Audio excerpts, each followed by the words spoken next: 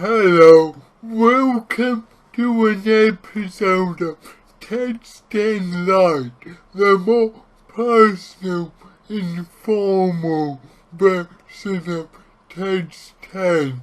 In this episode, I'm gonna give you my 10 favourite albums from 95, as it is Jesus Christ 30 years ago. I put these in alphabetical order of album, as fuck knows how I could rank them. But anyway, I hope you enjoy. Firstly, a Northern Soul by The Verb. I remember being given this album by my lunchtime helper at primary school. It was late 97. Everyone was going mad about urban hymns, and I received it and felt somewhat disappointed it wasn't urban hymns. However, 28 years later, I am immensely thankful because this is a much better album, and I probably wouldn't have bought it myself. It's so wonderfully dark, and the lyrics are very deep. It's got a lot of soul-searching about identity, who am I type subjects to the songs, quite reminiscent of the Who lyrically. However, with much darker guitar work. The opening track, A New Decade, is an absolute belter, which is why I put it in my Songs for a New Year video. And another particular highlight is the ballad History, which just brings a tear to my eye.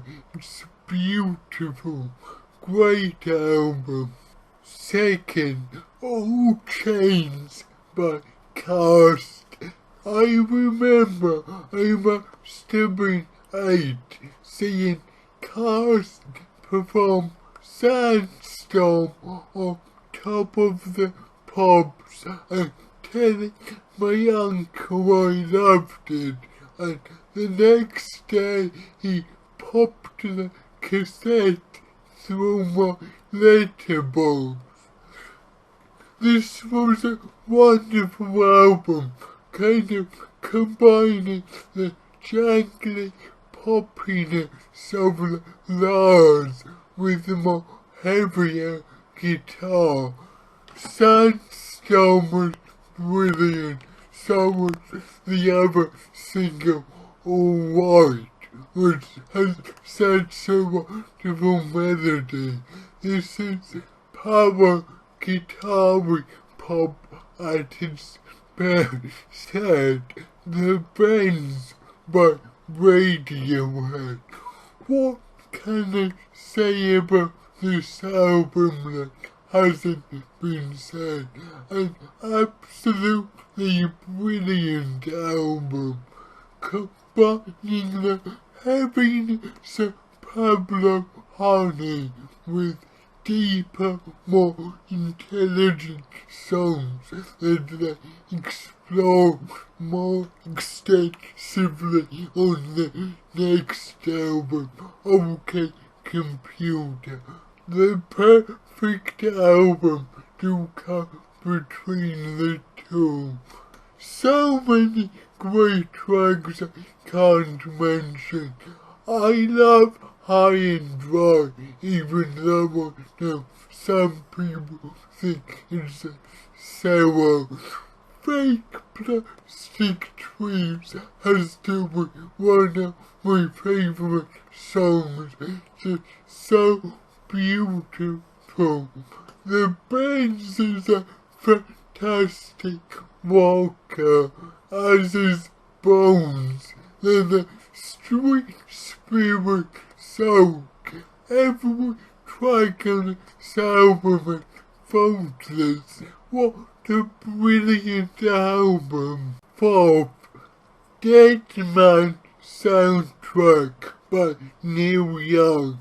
Now, I'm gonna keep this brief as there's more Neil coming up, but I believe Tim Jarmusch showed Neil the Dead Man film, which was mostly silent, and asked him to create a score, and he stood in the room with it on cinema on every wall, and literally just played what it felt like on guitar to make the score, which makes for a wonderfully atmospheric soundtrack. It suits the film perfectly, and it makes for a brilliant listen on its own. 5th, I Should Coco by Supergrass. Now, sometimes this album gets dismissed a bit too easily because it has a slightly silly, fun element, but as well as being silly and fun, it's full of some fucking great, well-written songs. From the quirky, silly, poppy I'd Like to Know to the straight-up heavy punk of Caught in the Fuzz, then to the kind of bluesy time. There's everything on this album, and it just fits together so well. It is a fantastic debut and a very enjoyable listen. And 6th, I'm gonna include 2 releases, Mirrorball by Neil Young and Wrecking Ball by Pearl Jam. Now, if you don't know about these albums, you may wonder why the hell am I including 2 albums by different artists in one slot. However, Neil Young and Pearl Jam were due to collaborate together for an album.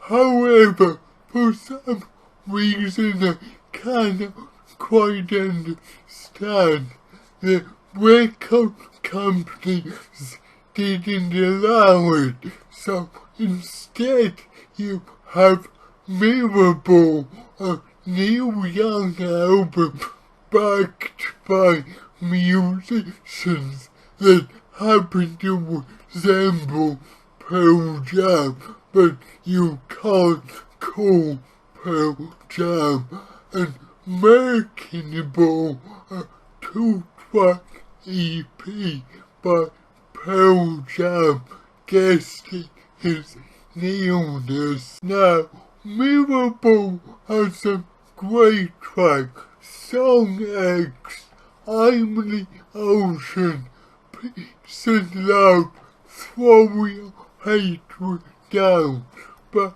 it also has a fair bit of film.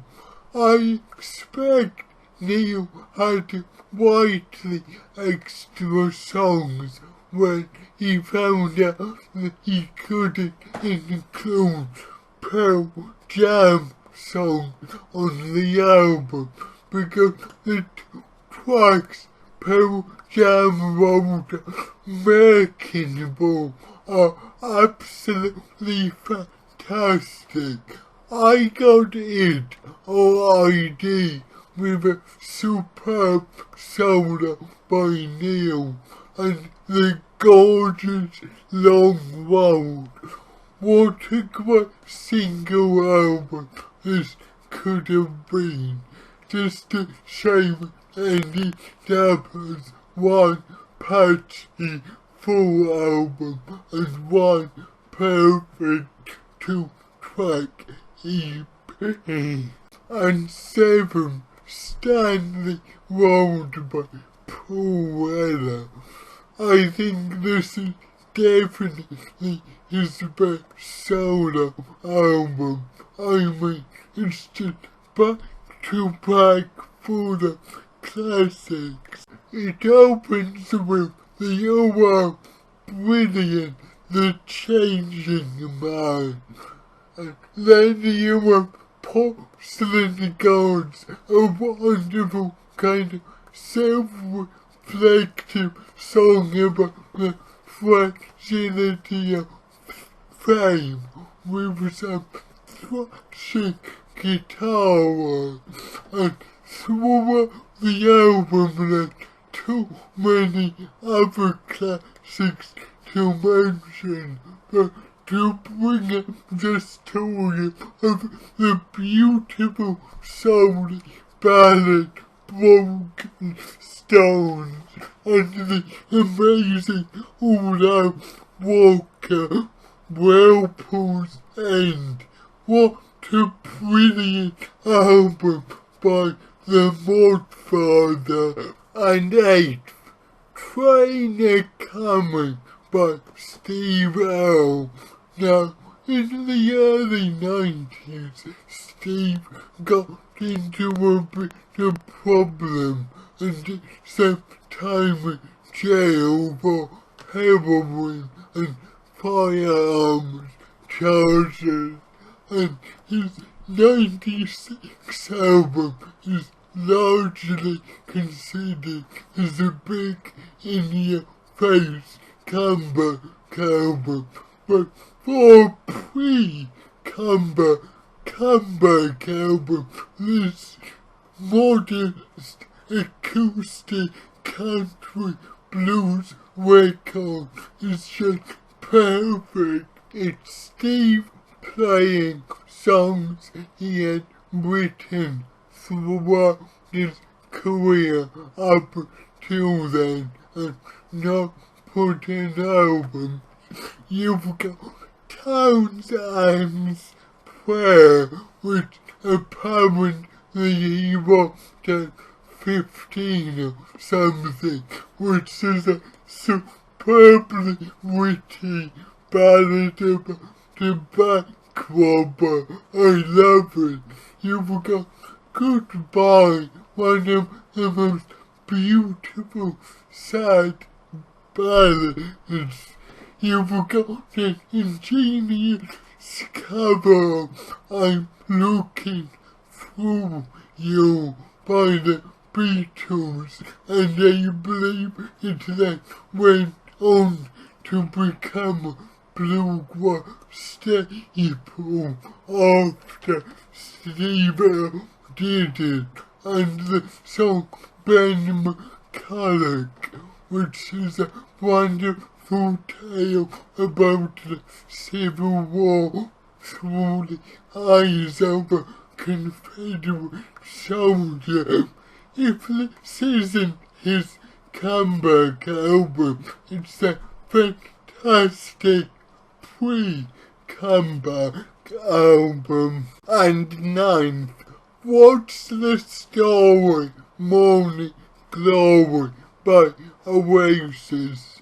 Now, I admit I prefer Definitely Maybe, but I can't deny this album had all the songs. I mean, even if you tire of Wonderwall, you can't help but love ballads like Don't Look back in anger and champagne supernova and wonderful sound in the earphones, heavy walkers like Summer Say and Hey Now, and of course the screeching Morning Glory. Yes, this album didn't cover anything that wasn't covered on Definitely Maybe, but it does so with much more contentious swagger, and for one album you could stomach the contentiousness cause they were fucking Oasis. And 10, Zeitgeist by Levelers.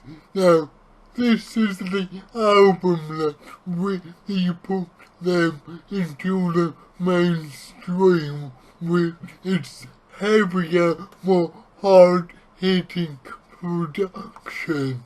However, you can't begrudge them for hitting it big with this album, as the songs were so good. The opener, Hope Street, is one of my favourite Leveler songs, combining the really in-your-face heavy guitar riff that kicks off the song with some wonderful jingly mandolin and violin.